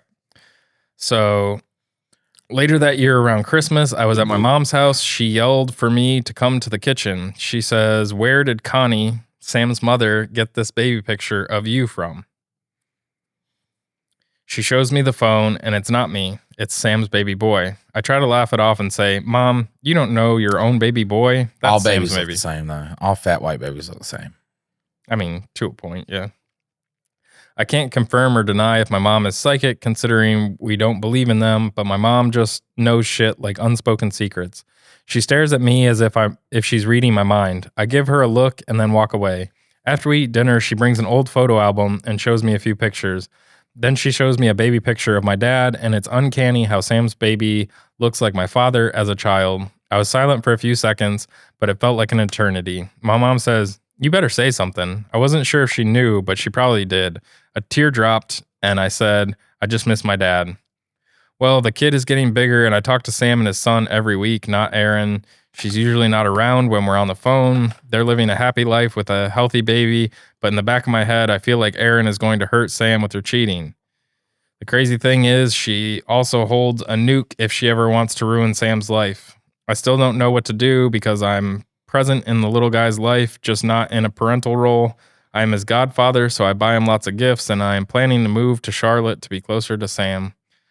A bonus is I can play a pivotal role in the little guy's growth, and if it ever becomes real that I am the boy's dad, he can never say I wasn't there. But you poured water over the condom, which everybody does. I can't say anything and risk losing my brother over a maybe. If I weren't living this shit, I wouldn't believe it. Should I tell him? Love you guys, and thanks for reading this story. Bro, you should have told him that moment, the moment you figured it out. You don't have a kid together. You let him DNA test the kid, and now he's already attached to the kid, so he's within fucking suicide range now. So well, and now you're no longer his friend. Like, I don't care if you're checking in and being there for him now. Like, the moment you decided to keep that secret, you stopped being his friend. You did, because for however long this kid's been. Didn't he say she was a brunette though when they first met? Well, yeah, but I mean, girls can wear a wig. Yeah. But I don't wear a wig. Maybe that's what I need, a good wig. Yeah. Just get you some little things to stick it to your head and a nice toupee. Ooh, right. I could just toupee it. I think out of all the things, like shaving your head bald, doing hair surgery, I think toupee is the bottom of the shame pool. And I'm not going to say my chances of fighting somebody is zero. It's very low, but it could happen. And imagine I get uppercutted and my toupee flies off. I could beat that guy's ass. It does not matter. I got uppercutted and my toupee flew off. Only if you care. You're just trying to be hair having presenting. You're just trying to like make people yeah, and believe- if you make fun of me, then you are racist. yeah, something like that. And you Or have to kill sexist yourself. or- Yeah, there you go. It's something. Phobic. Yeah, you're something phobic. Bald phobic. There you go. Bald phobic. And you have to read, learn, and kill yourself. So I'm going to read one of JB's stories. You'll get Ricky's. And then that will be the episode. We're going to save these for the next episode because here's how Thank it you works. for submitting like a consistent amount. Don't just put them somewhere random because we'll never find them ever again. Just put them right there where they were. I'm going to put them under the iPad so we know. Because if we don't, then we'll end up fucking around on one of the next episodes because we have so many stacks of paper over here. Mm-hmm. All right. So mine is from JB. It says Awkward Award. So I'm getting an award I specifically not only didn't ask for, but nominated like 3 other people for. It's kind of a whole shebang, and the award gets handed out at a big dinner. I can't turn it down because it's a team award, and that would be an asshole thing to do to my teammates. But standing awkwardly in front of a crowd as someone talks about me without ever being able to say a word is my living nightmare. What do I do with my hands? Pull your dick out and start jacking off. It's formal event, so I have to wear a big dress and shit. Wow. Does he have to actually pull his dick out, or could he just stick his hands in his Well, this is a pocket? woman, so JB's a woman? yes. Oh. It's a then formal event, so I have to wear a big dress and shit, which I mean, it could be a guy still, but Well, yeah, then you just flick the bean. yeah. Which I simultaneously love because I'm still a girl and glittery dresses are fun, but there's also not anywhere to hide in a dress. I don't know if that makes sense to 2 boys, but I'm usually in a suit or jeans and feel normal. It's like putting on a tux. It's like putting a tux on a penguin and watching it waddle awkwardly. We got too many women that fucking, because I'm like, pull out your dick, start jacking off. And it was like, but I'll be in a big dress. You could pull out your vaginas, but that doesn't work either. Yeah, it's different now. It's different when 2 guys tell you to pull out your vagina. Then it's a sex crime. Well, and you can't really pull it out. Like all you Yeah. can do is expose. I mean, you can't. Unless it hangs like Sleeve of Wizard, then you could. That's such a terrible movie. God. I love you. JB. Not JB. I was going to say I love you to, what the fuck's his name?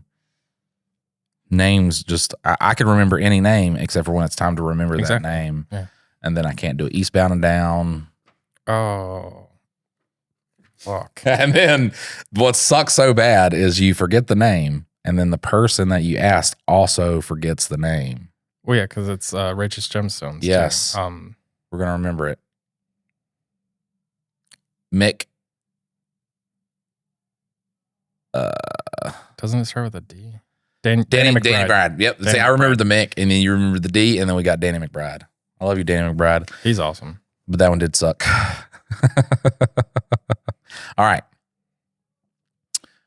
How do I be normal with a room full of strangers and coworkers staring at me? I have a lot of my team isn't going, which makes it worse.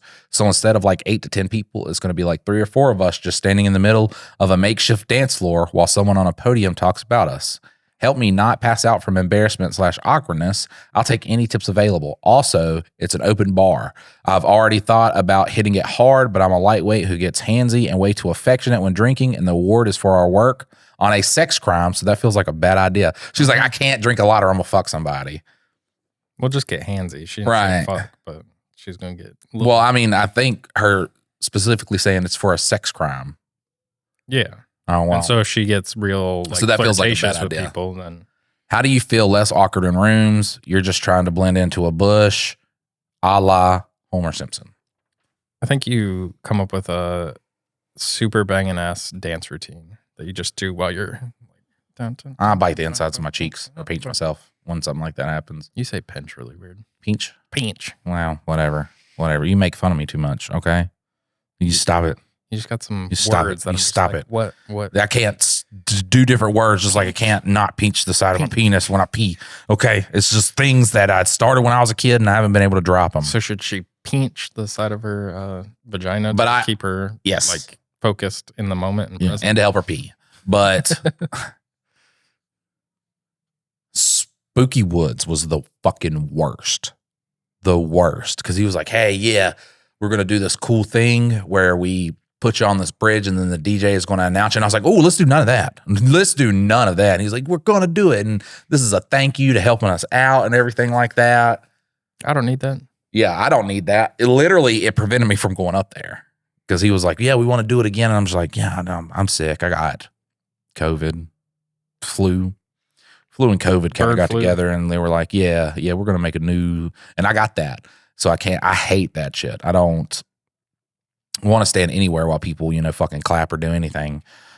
See, what you should have done was grab the ukulele and then play bum, bum, bum, bum, bum, bum. And so you got a performance that you're doing and then they can look up there and clap for you. Yeah, but I don't know what to tell you because I still feel awkward doing that shit. So I'm sorry. I don't think you're ever going to not feel awkward. Like, I mean, it just is. And that's the part, like, that's the way that I deal with a lot of things in life because I was so shy when I wasn't shy because like I grew up around all these people. And so, but when I moved down here and I had to meet everybody new, I had to decide that the awkwardness was worth the outcome. And so I just had to sit. So like I would go up to people and randomly talk to them. And that was something that I never did before. And like with you, I think it's kind of wild because you grew up in a way where you met new people all the time. And then now you're like a hermit. Whereas I knew everybody, so I never had to meet new people. And then when I came down here, I had to force myself to just talk to strangers. Right. And so when me and Mike go on our walks through town, Mike's like, do you have to talk to everybody? Right. Like he's just I'm walking through town and like I know everybody through town. So they're like, hey, Dylan, what's up? And I'm just like, oh, yeah, blah, blah, blah. And I have a quick conversation. And Mike's like, just keep walking. We don't have to talk to him. Just keep walking. Yeah. But I like being a hermit. Yeah. There's nothing new people are going to bring to my life. Except for every single person that listens to this podcast. They all bring their wonderful stories that you think. Yes, okay, that's different than a personal interaction. But what if you ran into Ricky on the street? I give him a mouth kiss. That's different. That's Ricky from Oklahoma. Well, what about JB? We talked about that last week. I was like, I guarantee you, man, if there was a gang war coming to fight me, Ricky would be on the front lines. And he would recruit people too. He'd be down here fighting for us. Yeah. Fighting for us.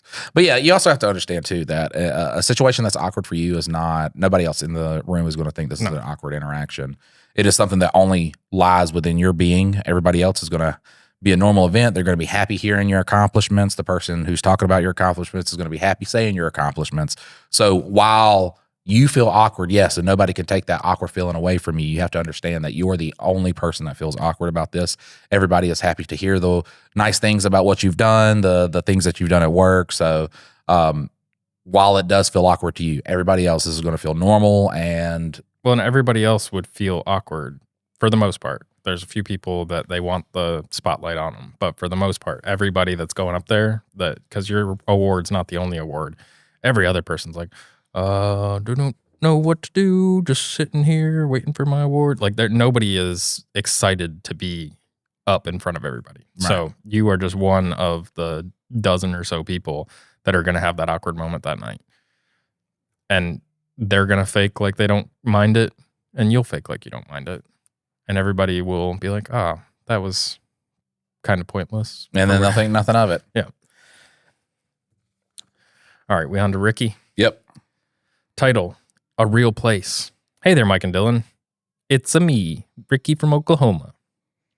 He wrote, it's a me. It's a me, I'm Mario. Does it seem weird now that I'm super interested in the other things that JB sent because it's a woman?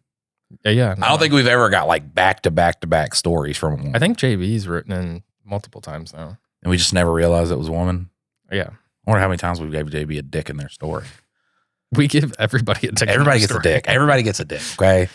And then we usually misgender. Like even if it says... You get a dick. You get a dick. You get a dick. Even if it says like woman, we'll still, especially you'll revert it back to being like it's a dude. Oh yeah, when I refer to people, man, Dylan will tell you, I say brother a lot. So it doesn't matter if you're man, woman, transgender, you're brother. All right, brother? Yeah, that's a gender neutral term. That's what the Hulkster taught me, okay? So this is... Not Terry Bollea. God. Hulk Hogan. Yeah. The honorable Hulk Hogan, not the dishonorable. People will be like, Hulk Hogan was a bad, but no. Hulk Hogan was a good person. Okay. Except for the one time he dropped the N-bomb. That was Terry Bollea. That wasn't like he did not walk into that room to fuck that dude's wife and was like, oh, listen here, brother.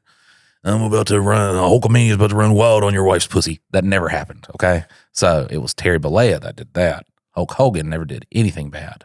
Oh, I thought you said like one time. Sans bury a couple people.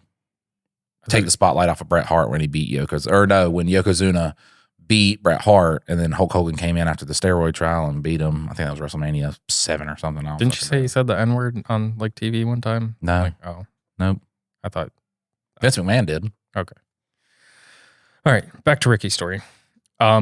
This is a correction on one of the ones that we've read. When he said Sam and Ella's, the Salmonella place. Yeah. That is a real place. They have 2 locations. One's in Pryor, Oklahoma, and then the other one is in Tahlequah, Oklahoma. Tahlequah. Yeah. And Muskogee and Tahlequah. Yeah, I think I said it right. Not sure those helped, but I sent them anyways. Also, yes, in the story, I added the TLDR to fuck with y'all. Love ya. Bye. That was it? Yeah, he was just updating. Pull out another Ricky one, because that wasn't even a Ricky story. Well, I don't know where you put them at, because you... Right here under the thing. Them around. Under the thing. All right, we're just going to go for them. We got... Oh, are we just going to do it? Yeah. I mean, we're at an hour 30. Let's just fucking do them. And then next episode, when we have no submissions. Yeah, we'll just... An hour of this is us talking shit, and then 30 of it's like actually Who gives a fuck, though, you know? This is the listener does, and they love they're like, we love the banter. And if you just let me finish my statement, I could have finished that out and said the listener does. They love the banter, which I was going to say, but you stole the words right from my mouth. Just Shao Kahn it, sucked the soul right out of your body in a gay way through his penis. Did you know when Soulja Boy came out with that Crank That Soulja Boy? People thought Superman That Hoe was from the Urban Dictionary. People looked up the Urban Dictionary on their back and then sticking a blanket on it. So there, I just thought that was funny. All right, we're gonna go with another JB story. Okay, and then you'll read a Ricky, and then I'll read another JB. Or I guess you can read both those. Yeah, they're super short. This one's not long either. JB, do I go under the knife? Dearest Mike and Dylan, since you've solved a plethora of my problems already, including subconsciously convincing my husband to enter the... Oh, yes. Oh, my JB. God. Okay. Look, we get a bunch of submissions. JB's an all-star. There we go. Yeah. So, never mind. Now, we remember who JB is. I come to you with another.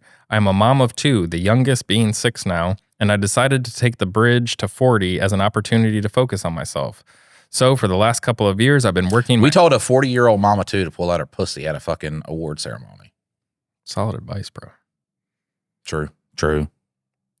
I mean, that's a boss move. That is a boss move, yeah.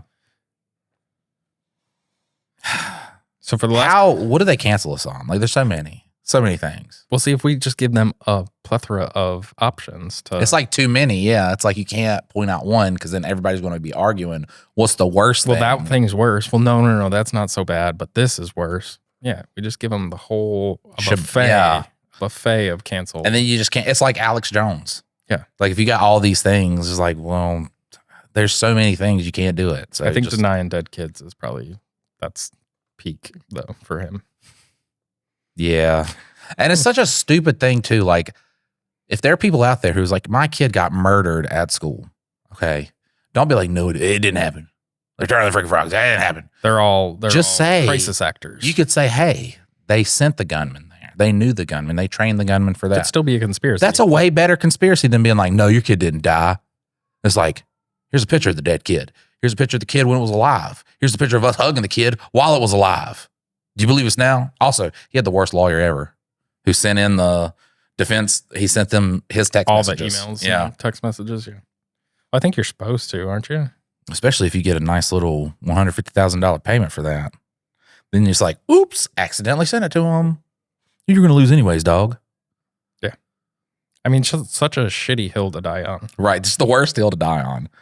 All right. So for the last couple of years, I've been working my absolute ass off to get back to myself and lose the weight that a comfy life and a hubby with impeccable barbecue skills had plumped up on me. And cunnilingus skills. Well, now. Yep. But this was years of he's impeccable barbecuer.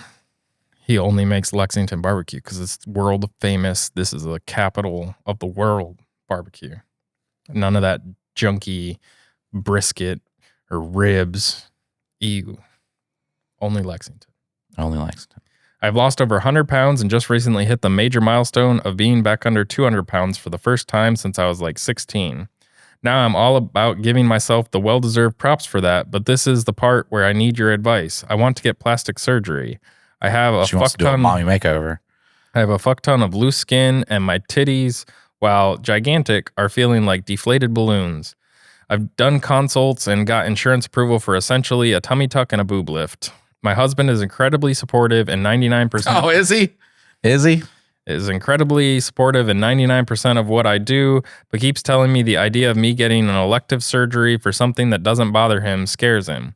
He's not the type to try to talk me out of anything since I'm stubborn, and his telling me no hasn't really ever worked. Yeah, it's never a good play. You're not allowed to do that. No. Yeah, no. Well, fuck you. I'm going to do it. And it's just it's a guy that doesn't understand. Like, to him, you are the most beautiful thing in the world. So it doesn't matter in his brain that you live with your insecurities. Because, I mean, at the end of the day, that's all they are, is just insecurities. Because the person who does, you know, the person that you want to attract, I know that you want to feel good about yourself, but the person that you do want to attract and, you know, keep attracted in the bedroom already finds you sexy. But he doesn't understand that you live with those insecurities, and that's going to be something that helps your brain. It could also be in his brain where he's like, oh, if she gets all this done, then she'll find someone better than me. And you just got to reassure him on that, and that you want to do these things for your, you know, insecurities and stuff. So, well, and it's a surgery. So, like, I mean, there's always inherent risk. There's just been a big TikTok thing about a woman who died during a mommy makeover. So. Yeah. And so that's like, I initially he says, you know, an elective surgery for something that doesn't bother. Like, so it is, and he's not wrong, you're not wrong. It is a discussion, but ultimately it is your body, so you get to make that choice. But what? Women get to make choices on their own body? At this current point in time, yeah. But if we get all of let's go ask the guys at the courthouse if they believe. If we get all of our wish list passed in Congress and everything, women will lose that ability. And then we will have that right. We're working towards it to get men back in power of deciding what women can do with their bodies. But like, we're not there yet. I want to take a moment to take this non-political podcast to kind of a political place, okay? Because I want to talk to the men, all right? So you hear every day that the world is full of weak men. And I cannot agree with that anymore, except for it is weak men who are stating that other men are weak because of the things they do for women and things like that. There is no weaker man than a man who refuses to try and wants the things handed to him. He cannot do the self-improvements to look better, to feel better, to have more charisma. He would rather sit there in front of a computer and fucking talk with his incel buddies about all the things that women don't do. Then they fucking vote for politicians that are going to give them what they want through through legislative actions instead of working on themselves to find a woman, to talk to a woman, to actively do what every single animal in the animal kingdom does, and that is be better than the other perspective fucking things that are out there trying to fuck said animal.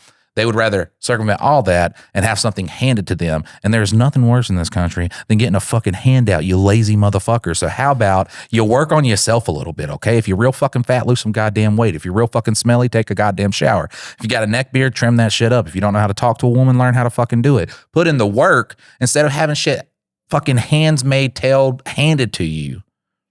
Like, that is a lazy fucking man right there. Not a man who provides for his family, not, you know, someone who does things for their wife to fucking keep them in love with them and shit like that. That's not a simp. That's not anything bad. That's not a bad person, okay? This world is not going to shit because of, you know, Gen Z kids that don't want to work because the money that they make solely goes into them being able to live and nothing more. There's no life after the cost of living. A lazy fucking person is someone who wants pussy handed to them without doing a motherfucking thing about it. I saw a fat guy one of my friends post about that. He's like, yeah, lazy fucking dudes around here. And I'm just like, who's lazier than you, dude? Like, you're fucking 350 pounds.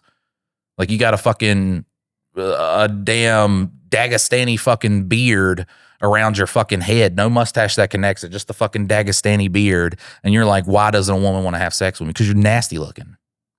You nasty looking. Like, fucking do something about it. Pick up something. Put it down. Pick up something. Put it down. Okay? I mean, I guess even the minuscule task of go get some Ozempic or something. Try something. Instead of being like, well, you know, women need to submit to men. They don't need to submit to men. Nobody needs to fucking submit to you. My daughter doesn't need to submit to a goddamn man. Okay? If there's a man out there that puts in the fucking work to make my daughter fall in love, sure. But ain't going to be no goddamn legislative thing that's going to say my daughter does this with her body. Not a fucking thing. I'm sorry. Well, see, that's my biggest thing with the whole abortion issue is why the fuck is it 3 dudes standing up on that corner? Let the women, like, and not to say that, you know, you can't have your moral compass point you in a certain direction. If you think it's wrong, that's fine. And like, if you're with somebody, you have a discussion about it, that's fine. But like, when it comes to just making a blanket law, and the most vocal, like, proponents to say that this is the law we need to pass are all fucking dudes. Like, why is it that you feel so passionately about what a woman does with her body? And I'm not saying abortion's right, wrong, anything like that. When them guys like, up at the courthouse want to, you know, fuck their kids, they don't want their kid getting rid of their grandkid kids. Okay, that's it's weird fucking people like that, man, who fight so vehemently about that shit. They're the ones doing weird fucking shit. Yeah, and it proves itself time and time again. It's just so wild because I believe in the whole, like, if you are not the one impacted by this, you should not really have a say. Shut like, the fuck up. It's not your fucking hill to die on. Like, if you get a woman pregnant and you guys want to discuss whether you keep the pregnancy, you don't, whether because like there's so many medical issues that come into it. Like, it's not just a simple, like, there's a baby and you're killing it. Like, it's not that simple. Just like there's not fucking 2 genders, as they like to say. Like, there's all kinds of weird, like, XXY and XY. Like, there's so many different, like, there's like 6 of them. So it's not as black and white as you make it sound. So you're a man, you're never going to get an abortion. So you're never going to have a baby. Not really your hill to die on. But it's always those fucks that are standing up there like, Jesus says this. Well, okay. But what if you're not a Jesus follower? What if you believe in the separation of church and state, like our fucking founding fathers who fought against tyranny fucking believed in? You fucking. But those are the tough guys that want to, like, push their agenda, and that's the whole thing with America is we are supposed to be a free country where, you know, live and let live. If you don't like that, as long as you're not hurting somebody else, and I'm sorry, but a woman that's pregnant, like, until that baby is getting, like, I don't believe in long or late term abortion unless it's medically necessary. And women don't either. Women don't wait around 6 months to have a fucking abortion. The liberals, they're waiting until 9 months to abort the babies, and then they're eating the adrenochrome. Yeah. And like, I mean, that part could be fucking real, that they're really, like, harvesting babies and selling them off. Like, I have no fucking clue on that. Billionaires are doing that. But the thing is, though, is the poor woman that is pregnant, and either it could be a medical necessary or it could be that she's not prepared for that. Like, I don't think that it should be used as birth control, but that is like a tiny minority of people that use that like that. And then there's a whole bunch of people that are abused or raped, or, you know, they are 16 years old and they fucked up. Like, it's not a simple, they're using it as birth control. Oh, like, women just get abortions. Like, no, like, it has an impact. Right, because and if this is anything about, you know, the well-being of a child or anything like that, if they really thought that, then it's crazy that they'll have on MAGA hats and shit like that when they just found out that their daddy was fucking kids. Like, you still believe in, and this is the thing too, man, is there are Democrats that were fucking kids. Yes, like, string them up. If you cared about kids so much, you would hate that fucking guy, and instead you're like, well, everything else, like the Democrats in the files, that's real. But when they say Donald Trump, I wanted to do a skit on that, where he's going through the emails and is like, this one's not real because it's about Donald Trump. And then there's the email where it's like, Donald Trump is a great president. That one's real. Like, that one's real. And then it's like, but right here is like, But when he was having sex with that part's not real. And it's in the same fucking email. He's like, the top part was real, and then the bottom part became fake. Yeah. I don't know. It's just a weird time to be alive, man. Weird sorry, time to be sorry, alive. JB, for that offshoot. But yeah, basically, and I feel like that's a big discussion with you and your husband. But let's go ahead and finish this out. I feel like I'm pretty smart and I'm not dipping off for the weekend to Tijuana or anything. I've found a stellar surgeon who walked me through the insurance process and has met with me a couple times virtually to answer my questions. All that to say, I am wrecked with mom guilt.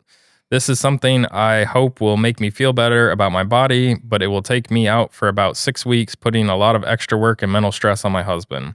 My kids are starting sports seasons and their birthdays are coming up about a month after the proposed surgery date.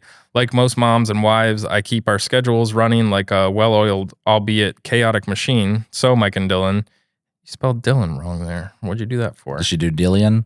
Dillon. That's how everybody spells it now. Well, she spelled it right at the top, but then I think she did that because of the memes that I created with that. Mean people. Yeah. What do I do?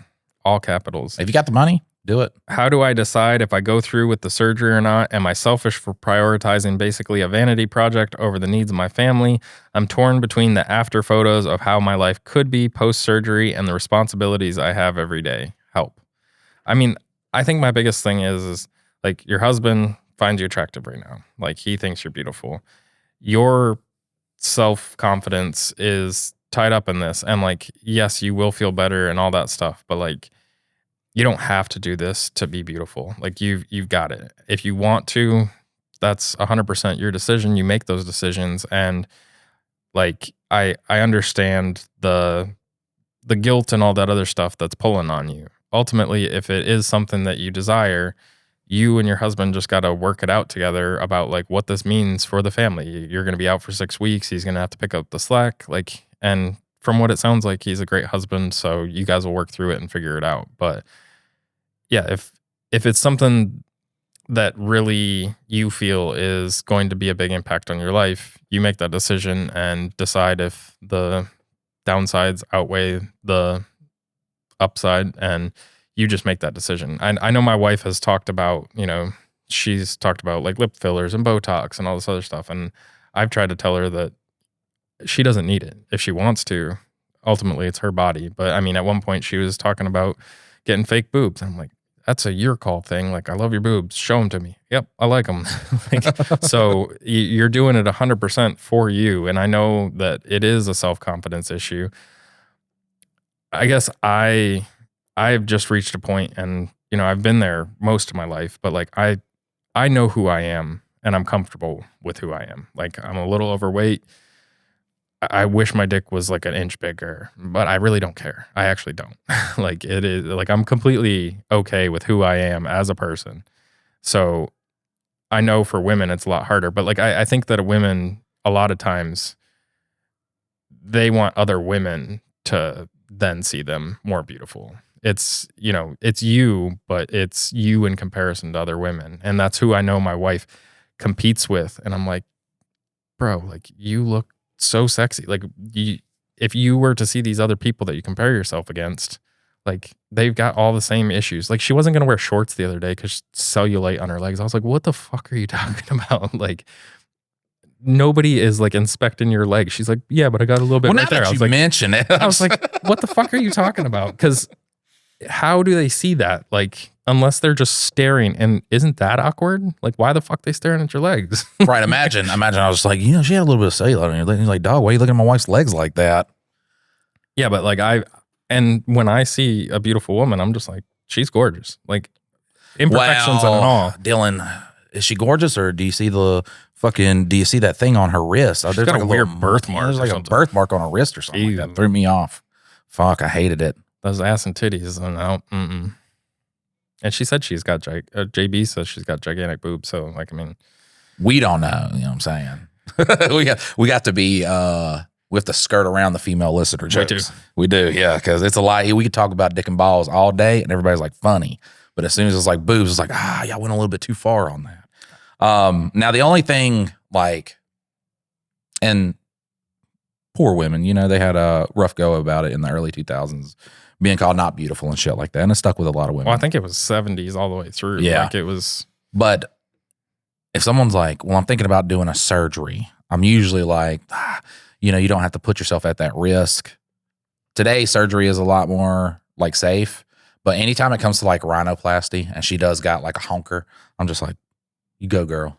Get that nose a little bit smaller.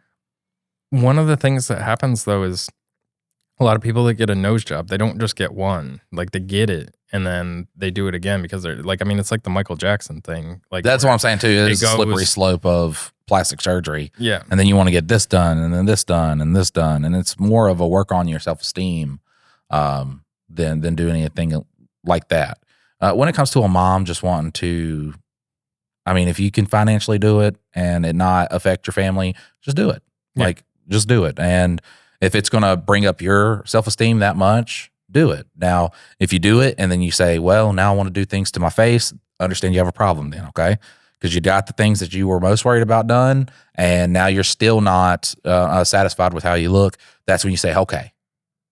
Obviously, it's a self-esteem issue. But yeah, if you got the money to do it, just do it. Now, we got to run through these because I got pissed bad. God. All right, let me read JB so that I can. Here, you read Ricky's, I'll read JB's. I was just going to take my time going through it to fuck with you. Oh, that's a fucking dick move.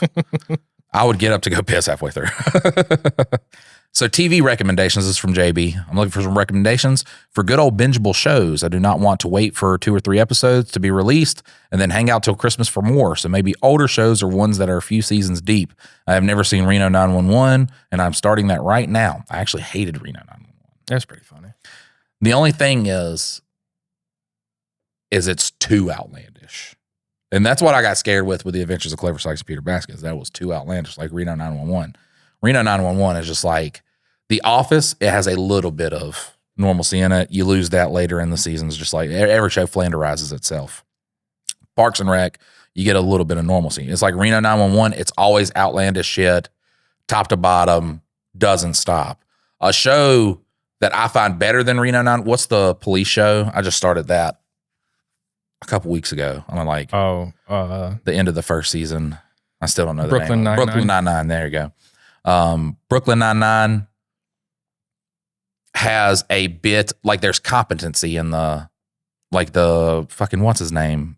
Andy Samberg? Yeah, Andy Samberg. Like Andy Samberg's character is a funny character, but he does have, like he's a great detective and stuff like that. So he has a competency to him, which makes it a better show for me. Now, some people do love the outlandishness of Reno 911, but I would say the Office, Parks and Rec, Trailer Park Boys, the early seasons, and Brooklyn Nine-Nine are more along the lines of the mockumentaries that I like. Other than that, I got significant downtime. We'll be trying to avoid human interaction during it. I like comedies and dry humor. Oh, is she getting she must have. Oh, shit. Yeah, because she's got downtime. Maybe she's doing it now. I work in true crime, basically, so I avoided at all costs the sex crime stuff. Send us what you do. We want to know what you do because you just solved a big sex crime. We want to know. You going after the pedophiles? Right. There's one in the White House. We can give you the address. What is it, 16? If you really do go after pedophiles, let's fucking get you on the podcast. That would be dope as shit. Murder mysteries, like Only Murders in the Building, which, to be fair, I only agreed to watch for Selena Gomez, but fell in love with. I don't like horror stuff, but I'm cool with dramatic stuff, reality TV, or some weird amalgamation of genres. I also feel like this question would spin Mike out on a tangent or two. Thanks for the help, boys. It already kind of has. But there's so many. What's your top 5? Just top 5 series. God, okay. It doesn't have to be comedy. It doesn't have to, just top 5. All right. I don't know how to place them, so it's in no particular order, okay? And I'll try to do 5 different ones. Besides my favorite, which is The Office. It's the one I have watched more than any other show. So, The Office, Sopranos, number 2, Breaking Bad, number 3. Game of Thrones, I'm going to put that. The last season sucks. I just don't watch the last season. I make up my own ending for it. Number 5.